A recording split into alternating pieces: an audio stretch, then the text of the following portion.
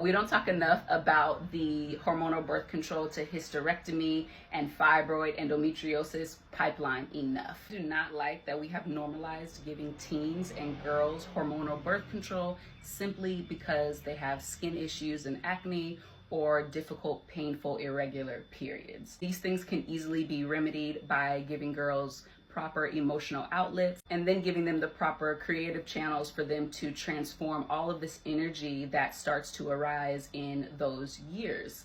So instead of suppressing their hormones, which is what hormonal birth control does, although you may be told that it regulates hormones, it actually suppresses hormones by giving the body synthetic versions of estrogen and progesterone. Now that is harmful because the body is always giving us symptoms, aka feedback, saying that you're doing a good job, you got an A, or you didn't even show up to class.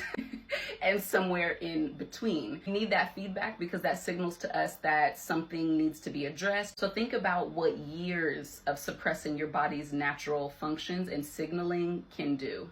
There have been a lot of women saying that once they got off of birth control and were ready to start trying for a child, they noticed they had huge fibroids or some of these other reproductive imbalances that are way too common now. That makes total sense because say you're suppressing your emotions for 10, 20 years, or you are feeding your body junk or just the foods that are not compatible with it and cause inflammation. So if you've never been getting the symptoms, you won't do anything about it because you don't necessarily know that something is off. Now, the responsibility is definitely with the parents, but also with the healthcare practitioners because these are children.